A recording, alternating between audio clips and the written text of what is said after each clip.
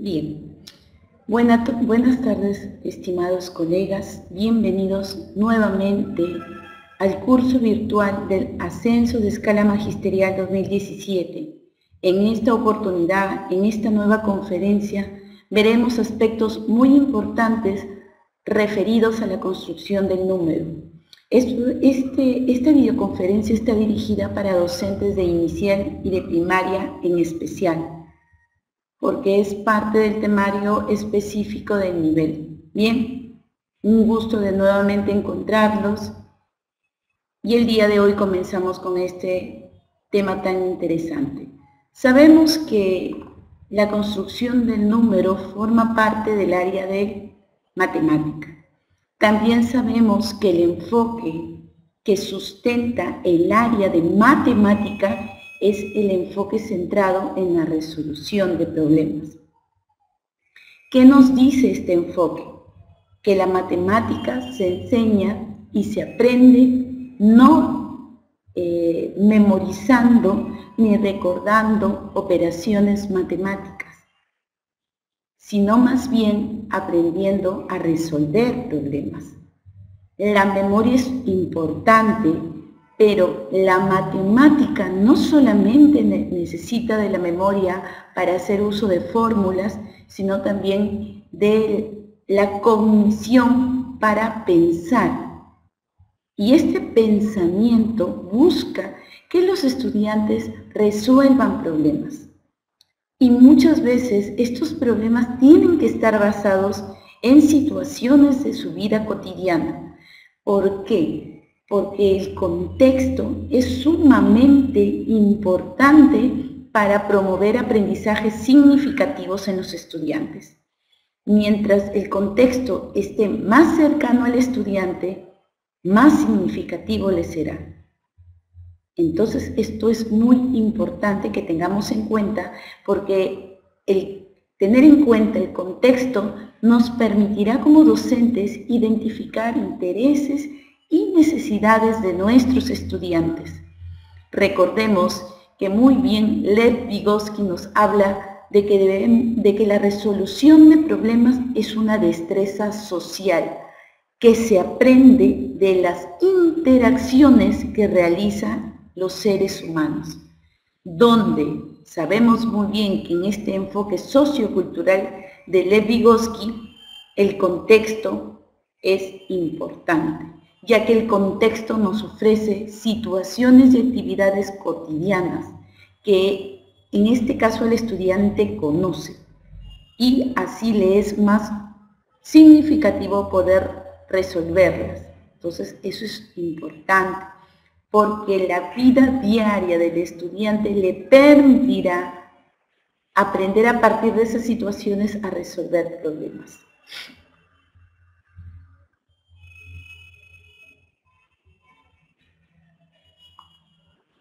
También hablemos sobre el proceso didáctico de la matemática. En una conferencia anterior a esta, hemos hablado sobre los procesos didácticos de cada una de las áreas. En este caso, que estamos abordando el área de matemática, es preciso decirles de que los procesos didácticos para esta área se inician con dos tipos de procesos metodológicos y procesos del conocimiento matemático. Entonces, esos procesos didácticos que se dan de manera simultánea, por decir así, porque todo gira, ¿no? Sabemos que todo gira, se inicia y es un proceso que sigue, es un proceso cíclico. Debe el estudiante entender primero la comprensión del problema. Si el estudiante no comprende el problema, será muy difícil que pueda abordarlo y que pueda continuar. Entonces, el primer proceso didáctico es la comprensión del problema.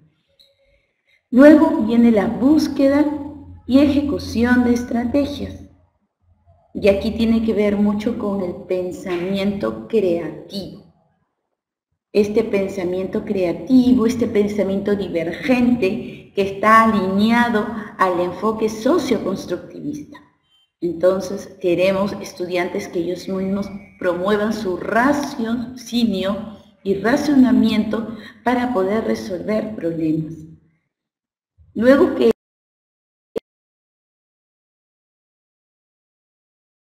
los estudiantes han buscado estrategia en matemático, se observa el proceso representativo, en el cual este proceso representativo va desde lo concreto hasta lo abstracto. Y entendemos también en este proceso que es importante el uso del cuerpo, donde los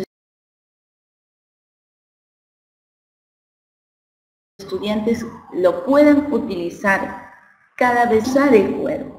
El cuerpo se usa a través de situaciones lúdicas, dinámicas, juegos grupales, es decir, donde el cuerpo forma parte de la actividad.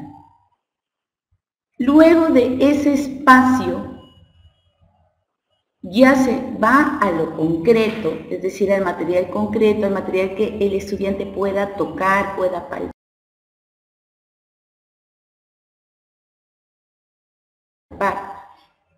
para luego ya ir a un plano más. Otro proceso es la formalización. ¿Qué es la formalización? Donde el estudiante puede explicarnos lo que ha hecho, lo que ha comprendido, cómo ha solucionado el problema. Y la transferencia es hacer o resolver situaciones parecidas en otros contextos o en otras situaciones, para verificar si los estudiantes han comprendido la forma como solucionar un problema, en este caso, problema matemático. Esto está muy ligado, queridos colegas, me refiero más a primaria y también a secundaria, a lo que George Polya plantea también como proceso de resolución de problemas, que es comprende el problema, diseña tu estrategia, luego aplica tu estrategia para que finalmente reflexiones. Entonces, esta situación de procesos didácticos es la situación planteada por George Polya también a través de la solución de problemas. Hablemos de una de las nociones básicas, importantes, en las cuales se parte para poder estimular y desarrollar capacidades matemáticas que nos permitan alcanzar y lograr la noción de número. La primera noción, en este caso matemática, es la clasificación. ¿Y qué es la clasificación? La clasificación es la capacidad que tienen los estudiantes de agrupar objetos. Estos objetos son agrupados por características que ellos mismos asignan, es decir, por semejanzas o diferencias que los estudiantes realizan o se plantean. Cuando los estudiantes aprenden a clasificar, les permite posteriormente formar subclases en las cuales se incluirán una clase mayor. Entonces, eso es importante. La extensión de la clase va aumentando poco a poco.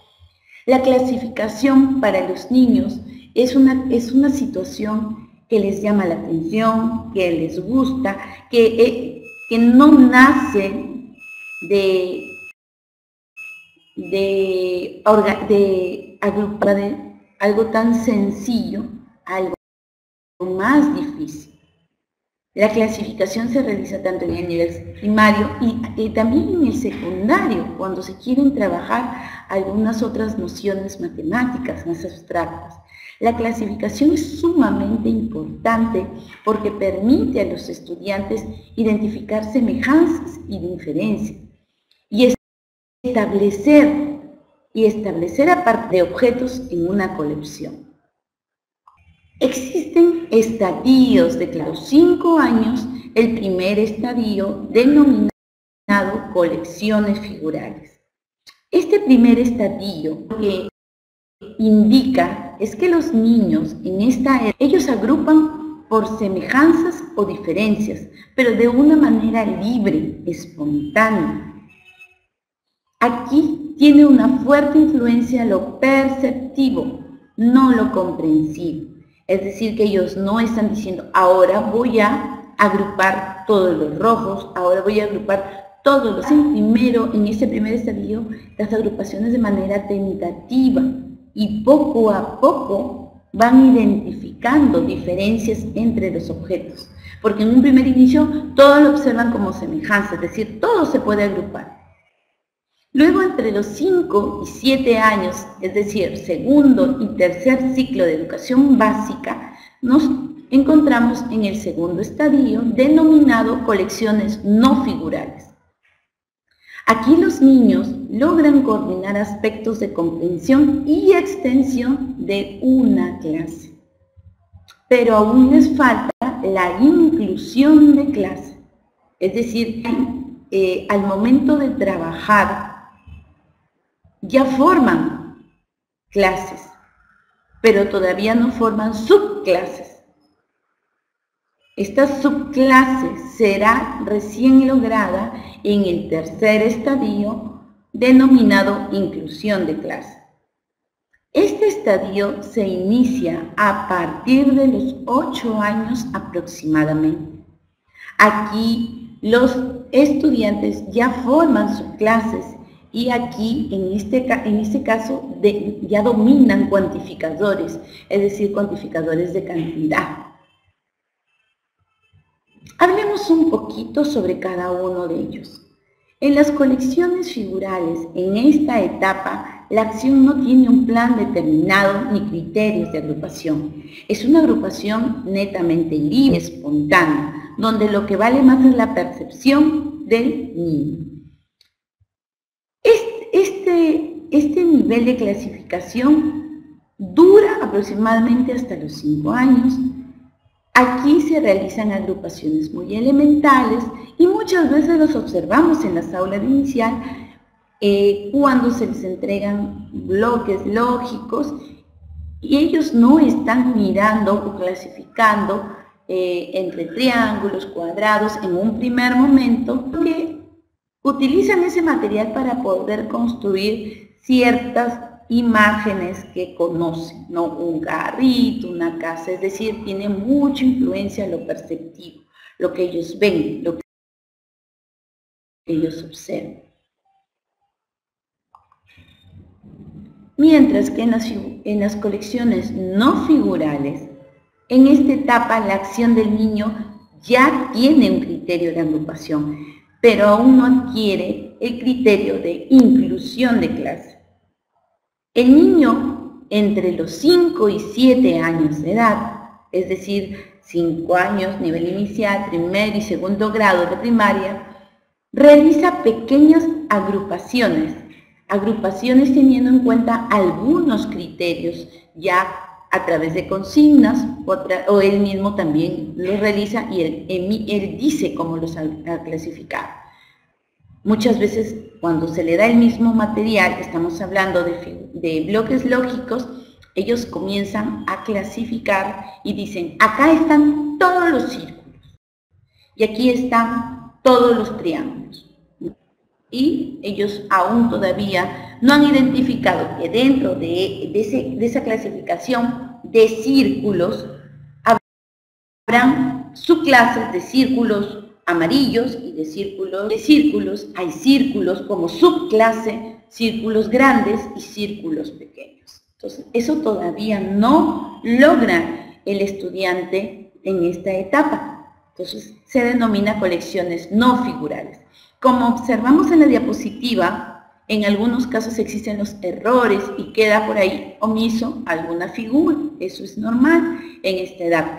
Recordémoslo mucho porque puede venir una pregunta con la gráfica y nos pueden preguntar, ¿y esas gráficas a qué nivel de clasificación corresponden? Bien, entonces observamos ahí que en la imagen 2, el niño ha agrupado teniendo en cuenta el color, más no. Y en el tercero lo mismo, grises y blancos, ¿no? y afuera han quedado algunas figuras geométricas, porque en realidad existe todavía esto de que el niño pueda obviar o olvidar algunas figuras geométricas, ¿bien? Pero es no en esta edad.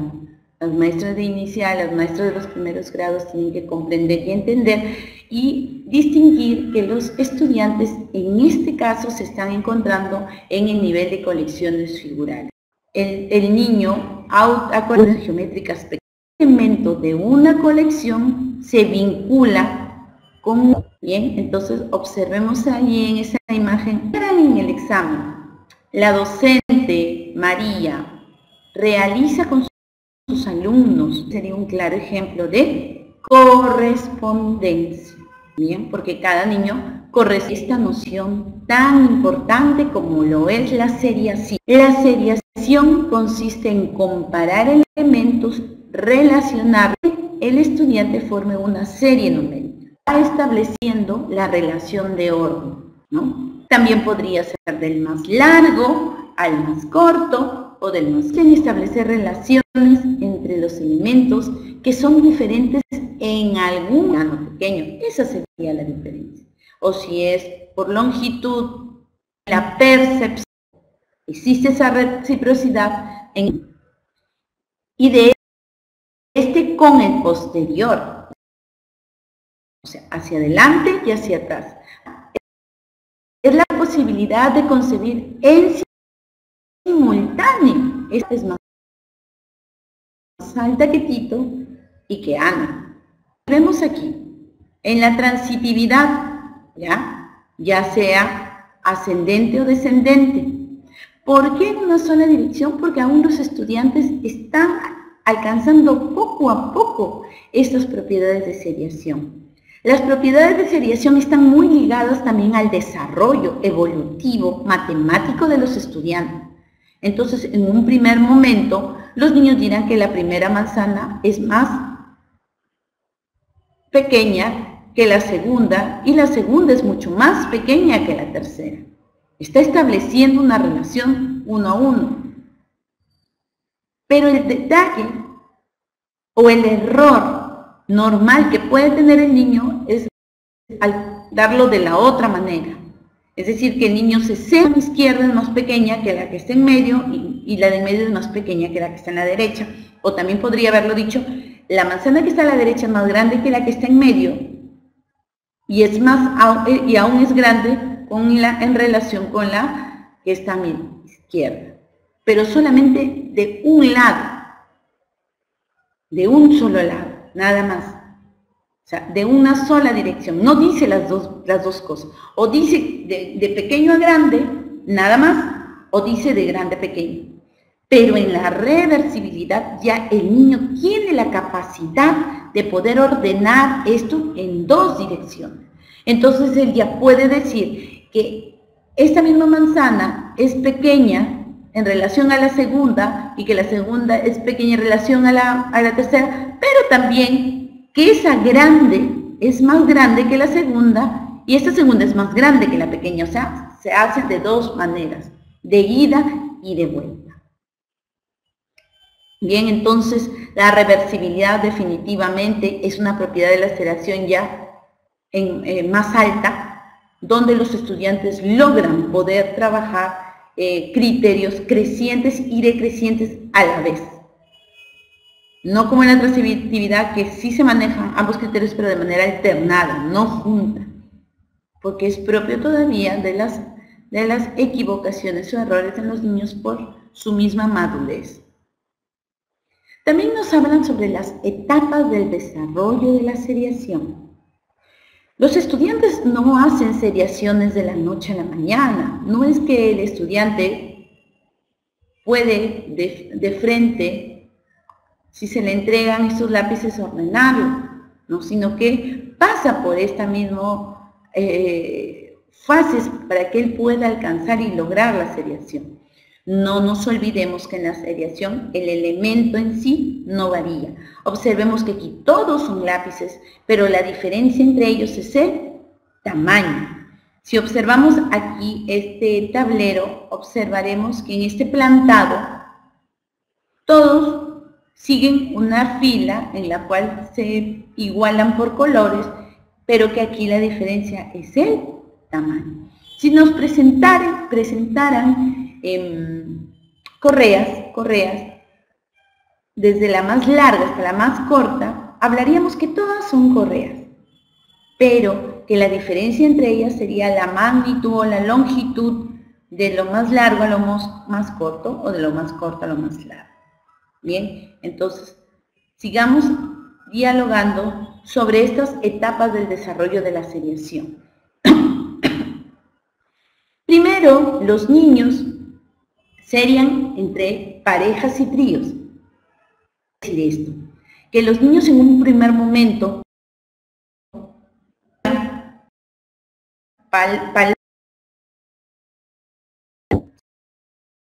sino que utilizan dos nada más.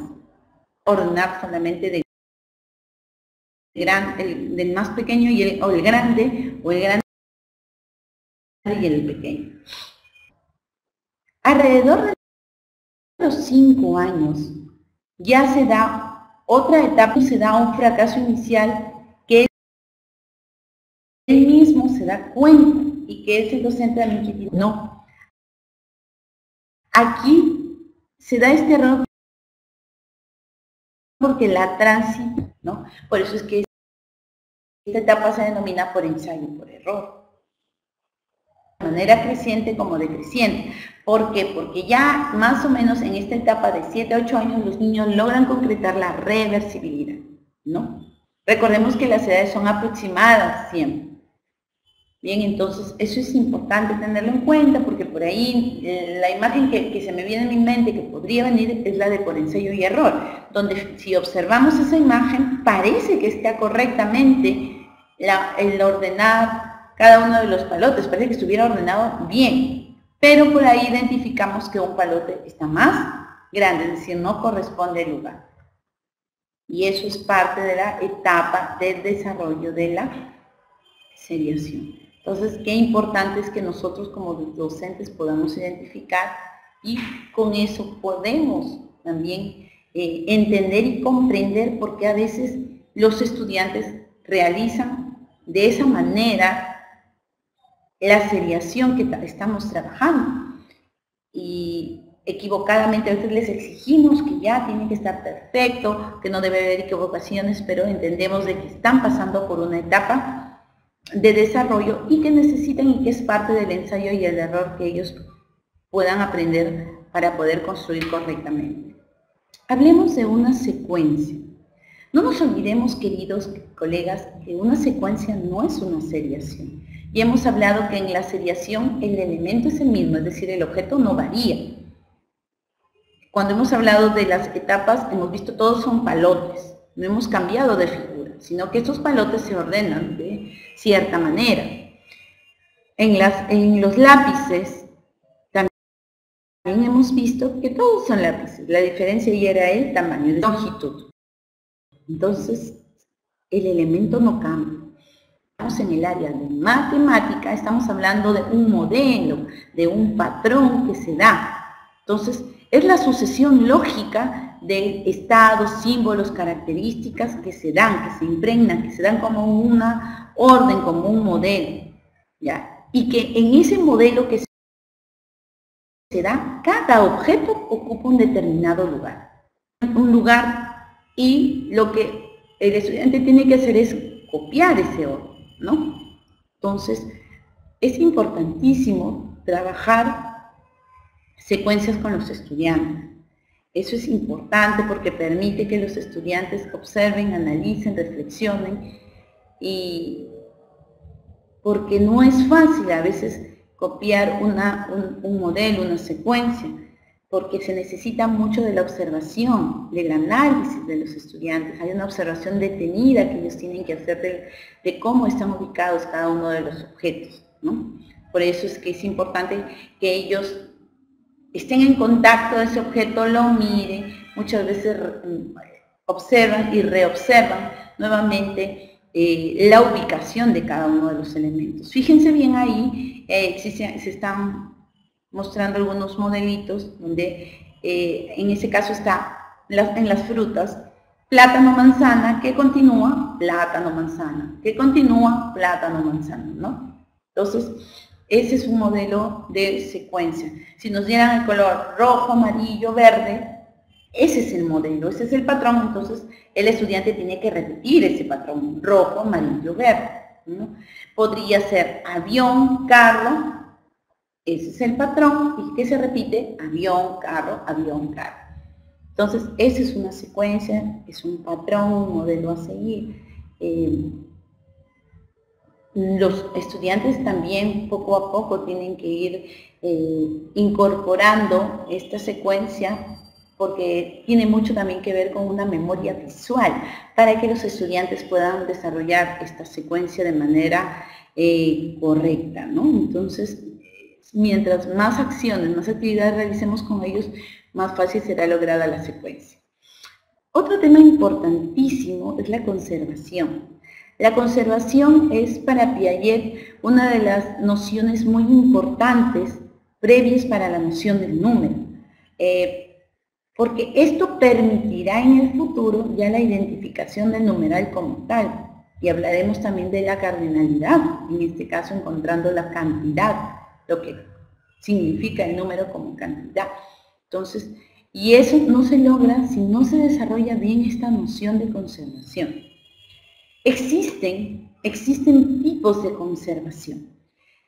Conservación de cantidad continua y conservación de cantidad discontinua. Cuando hablamos de continua, es decir, que es fluida, que sigue. Por eso, esta misma conservación se desprenden dos maneras o dos formas de cómo trabajar con los estudiantes. Una es líquida y otra es de sustancia. El ejemplo que siempre escuchamos como docentes es de que se presentan dos botellas o dos vasos idénticos del mismo tamaño, todo con agua, ambos vasos, ¿no? Algunos plantean dos botellas idénticas con la misma cantidad de agua que son vertidas frente a los ojos del niño en dos recipientes o en dos vasos de diferente forma y tamaño. Un vaso es ancho, bajo, y el otro recipiente es delgado, pero alto. Y al estudiante, cuando se le pregunta dónde hay más agua, lo lógico, de acuerdo a nuestro criterio y conocimiento, sería que ambos, ¿no? Porque hemos visto en un inicio que las botellas o que los vasos primeros estuvieron con la misma cantidad. Pero los estudiantes no responden así, sino que ellos siempre se dejan guiar por la percepción y dicen, en el vaso delgado, o sea, siempre se van a la parte que es más alta o más grande, ¿no? Dicen, ahí hay más agua. Ese error matemático está ligado a la conservación. Entonces, cuando nos vayan a precisar algún problema matemático de ese tipo, es un problema de conservación de cantidad continua. Podríamos hacer con agua, con pintura, etcétera, pero está ligada a esa comparación que los estudiantes tienen que ir aprendiendo a verificar, ¿no? A verificar que en realidad existe la misma cantidad, pero vamos a encontrar con la respuesta que nos dan los niños que siempre están guiados por una percepción, consideran que allí tiene más cantidad. También observamos conservación de cantidad continua, sustancia. No nos olvidemos, continua porque no, el agua fluye. Lo mismo pasa con la sustancia. Un ejemplo clarísimo y que también se observa mucho en las evaluaciones es cuando al niño se le presentan dos plastilinas, ¿no? Dos plastilinas, ustedes conocen la plastilina rectangular del mismo tamaño, ¿no? Entonces se le presentan dos y en algunos ejemplos se dice que a una plastilina se le va haciendo como una tira larga, ¿no? Un gusanito, ¿eh? Y definitivamente al frotar la plastilina, esta crece, ¿bien? Esta crece. Mientras que la otra plastilina o se queda intacta o se le hace una bolita de plastilina. Entonces se le pregunta al niño, primero se le pregunta cuando estuvieron en su forma inicial, Obsérvalas, míralas. ¿Tienen el mismo tamaño? Sí. ¿Son iguales? Sí, perfecto. Sigue observando, les decimos a los chicos, y hacemos este cambio, esa modificación de hacerlo largo y el otro dejarlo de la misma manera, o hacer una bolita y le preguntamos, ¿dónde crees que exista más plastilina? Y los niños, nuevamente, así como en el vaso, nos dicen, allá, profesora, en la plastilina donde está más largo. Y esos son los errores de percepción normales que pueden pasar en los niños cuando recién están iniciando este trabajo de la construcción del número. Cuando hablamos de la conservación de la cantidad discontinua, es decir, que aquí sí se puede separar, estamos hablando de objetos o materiales que podemos usar para ver que los niños también verifiquen la conservación. Ejemplo, podemos utilizar botones rojos y botones amarillos. Por decir, 10 botones rojos, 10 botones amarillos, y los colocamos frente a frente, ¿no? En el piso, en la mesa, para que los niños observen. Y les preguntamos, a ver chicos, observen cuántos botones hay amarillos, cuántos rojos. ¿Hay lo mismo? Sí, profesora. Entonces están frente a frente cada uno de estos elementos. Luego, dejamos inmóviles, es decir, los botones rojos los dejamos tal cual, pero los botones amarillos comenzamos a separarlos más ahí en el espacio, ya sea en el suelo, en la mesa, comenzamos a ponerlos con espacios más largos, y nuevamente les preguntamos a los niños dónde hay más, pues si existe la misma cantidad, y los niños nos dicen que en los botones amarillos, porque los ven más espaciosos, más separados, ahí hay más botones, ¿no? Entonces, esto es normal, son errores de conservación. Otro error de conservación que los niños tienen cuando recién están trabajando todo esto de la noción de cantidad es presentarle dos sogas del mismo tamaño, ambas sogas son del mismo tamaño, una soga se pone a lo largo, ¿no? Se estira, puede ser también una lana, no la ponemos en el piso estirada, mientras que la otra, ya sea lana o ya sea soga, la enrollamos. Entonces, sabemos que primero le presentamos ambas sogas iguales para que el niño las vea, las toque y ve y confirma que ambas son del mismo tamaño. Pero luego, al hacer este cambio de enrollarlo, hacerlo, agruparlo, juntarlo, mientras que el otro lo estiramos, la otra soga la estiramos, le preguntamos otra vez cómo observan y cuál sería, cuál es más grande, más largo, si son iguales, y los niños también nuevamente dicen la soga que está estirada es más larga. Entonces, recordemos que esos son errores normales que tienen los chicos, son errores típicos que tienen los niños, los estudiantes cuando están aprendiendo esta noción de cantidad. Entonces, esta noción de cantidad, que es la conservación, es una de las básicas, lo importante también, hay que trabajarla mucho con los estudiantes. Si nosotros como maestros no les damos la posibilidad de poder trabajar y que ellos puedan identificar y darse cuenta, no podremos hablar que ya verbal y sus etapas. Eso es importante, eso es importantísimo, porque tenemos que entender que para que los niños de manera verbal te comuniquen la secuencia numérica, no parte de la noche a la mañana, sino que va poco a poco. Y en un inicio los chicos comienzan con esta cadena bidimensional. Es decir, que empiezan por cualquier número y cuentan hacia adelante o hacia atrás. Es decir, no hay un orden al momento de emitir la numeración. Dicen 5, 8, 1, 10. Y lo habremos escuchado en algún momento con nuestros pequeños, sean nuestros estudiantes o nuestros hijos. Entonces, esa es la cadena bidimensional. Luego viene la cadena numerable. En esta cadena, el niño cuenta una determinada cantidad y por ahí se equivoca, ¿no? Dice, por decir acá, se empieza con cualquier número y dice el número que termina. 4, 5, 6, ¿no? Es 6, dice. Entonces, aún todavía aquí la conciencia del número no está. No está. Esto también tiene que depender mucho de la estimulación, del trabajo que se realice tanto en casa como en la escuela.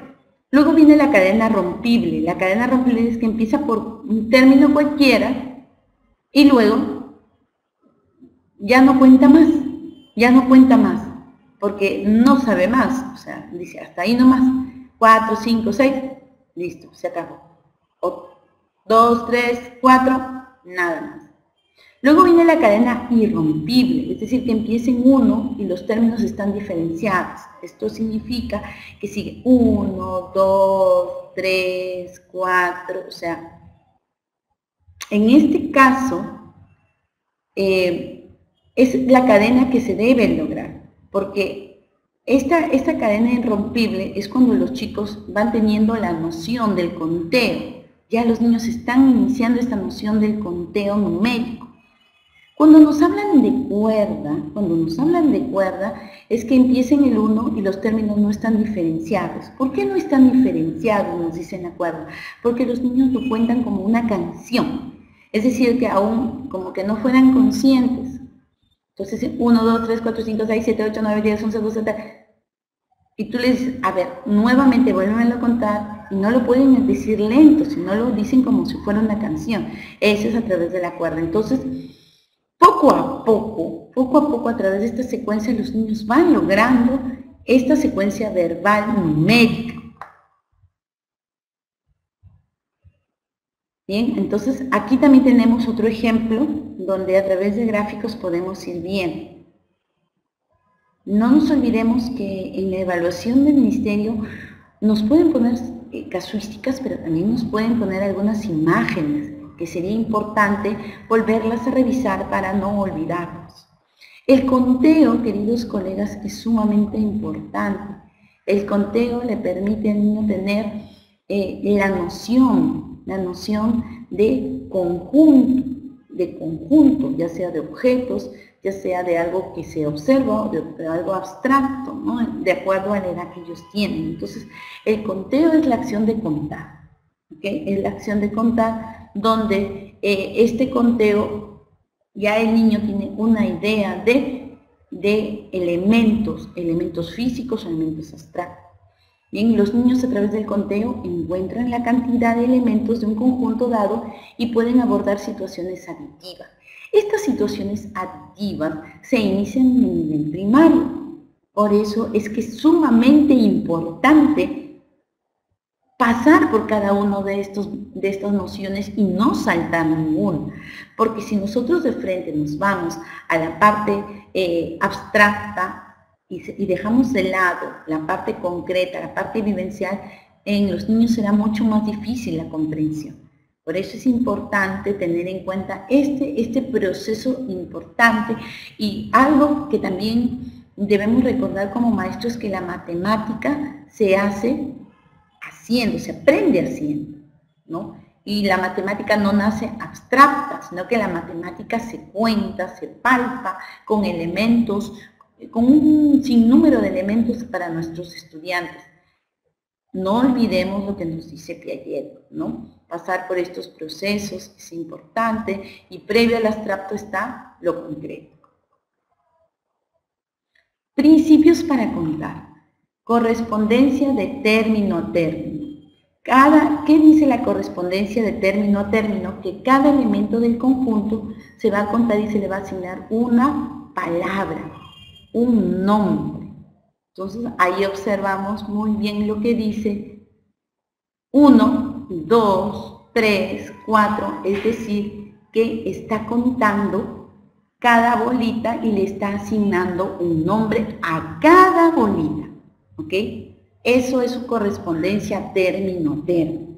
Asignarle una palabra distinta a cada elemento de un conjunto, ¿correcto?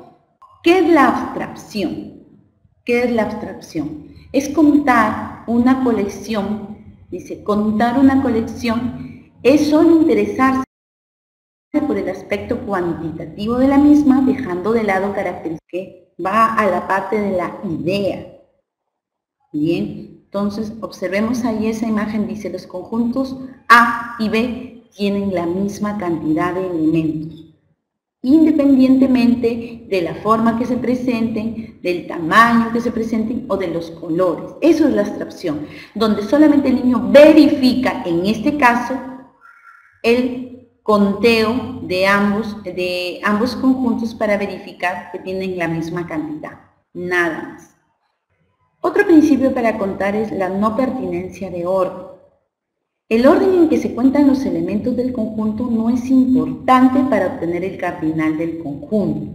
Qué interesante es eso, porque los niños pequeñitos cuando recién están contando, ellos sí le asignan como un orden al elemento y poco a poco van entendiendo que los elementos no tienen un orden para el conteo total. Entonces ellos siempre, si se equivocan, nuevamente regresan al mismo lugar a contar.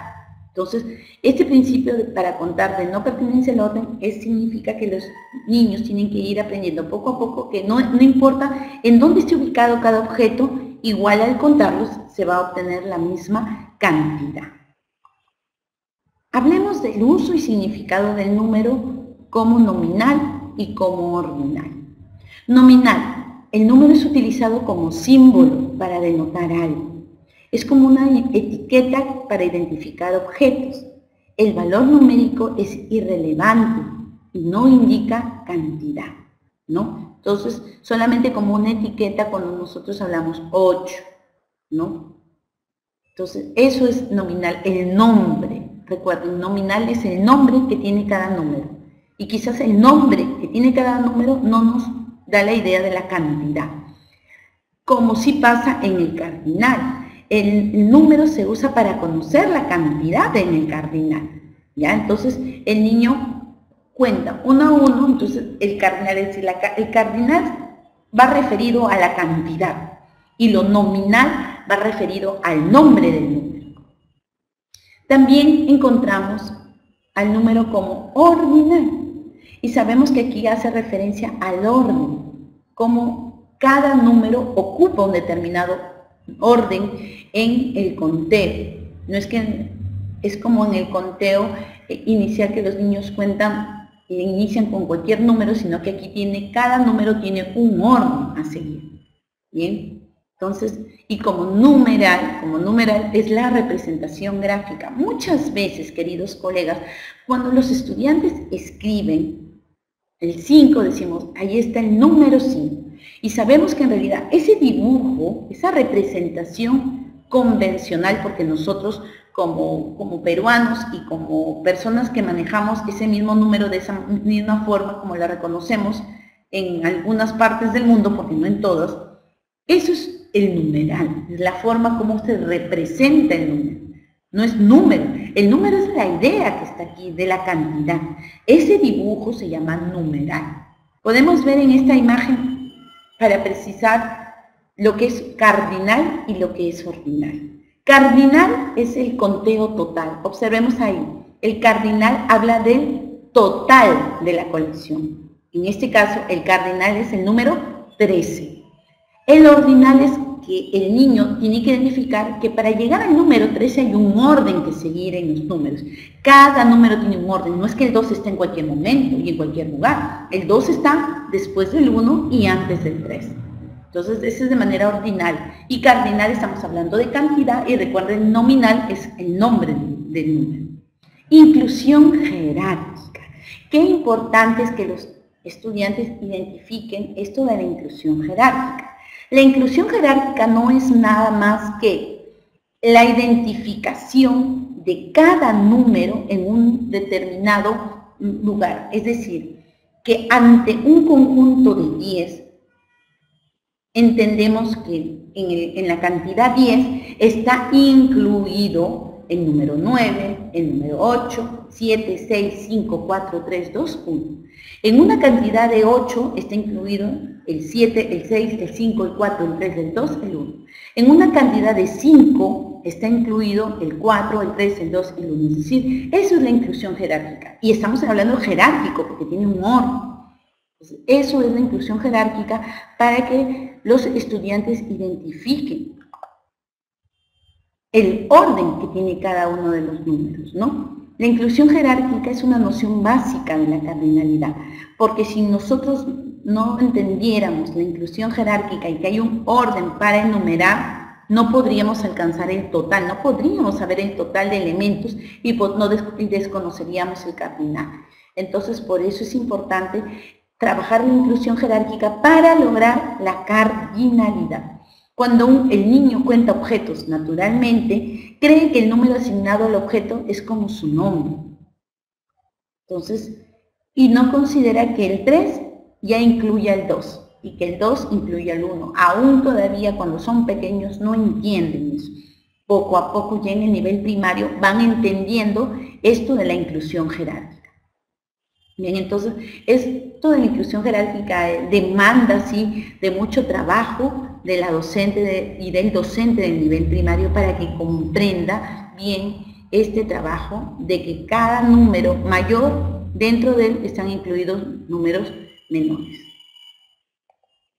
A través de esta imagen podríamos decir que para tener el concepto de número, los estudiantes tienen que aprender estas nociones previas tales como clasificar, seriar, entender la cardinalidad, es decir, la cantidad, y entender la ordinalidad, es decir, el orden de cada uno de los elementos. Para la construcción de número, finalmente, hablamos de la comprensión de la cardinalidad, de la comprensión de la ordinalidad y de la comprensión de la inclusión jerárquica, es decir, que cada número pequeño está contenido en un número mayor. Como reflexión, concluimos entonces que la clasificación lleva al concepto de la cardinalidad a través de este proceso largo que se debe realizar con los niños desde el nivel inicial. La seriación nos permite trabajar el concepto de orden y de ordinalidad. La correspondencia permitirá construir conceptos de equivalencia a través de él y de el del número. Entonces, qué importante no es partir de frente de la parte abstracta. Qué importante es no partir de frente a la enseñanza del numeral como tal, sino que al contrario hay que tener en cuenta estas nociones previas para la construcción del número, teniendo también en cuenta los errores que naturalmente los estudiantes tendrán en esta construcción del número, que es un proceso que poco a poco ellos van aprendiendo y que con el apoyo del maestro, lógicamente tendrán muchos resultados positivos. Muy agradecidos, queridos maestros, por compartir conmigo esta 6ª videoconferencia. Esta diapositiva también será colgada en el campus virtual para mejor visualización de cada uno de ustedes. Recordarles que ya las evaluaciones también están en el campus y que se ha aperturado evaluaciones específicas para el nivel primario como se ha solicitado en su momento. La conferencia final que tendremos la siguiente semana, vamos a abordar algunas casuísticas específicas para ir comprendiendo el desarrollo de cada uno de ellos. También indicarles que es importante un texto muy valioso, el cual Ministerio vamos a incluir esta literatura de Papalia en nuestra aula virtual para que ustedes puedan descargarla y facilitarles la última bibliografía que les permitirá salir airosos de su evaluación de ascenso de nivel. Felicitarlos por ese ánimo, por estas acciones consecuentes que ustedes tienen para seguir mejorando como docentes. Dios me los bendiga y tengan un bonito fin de semana. Hasta la próxima.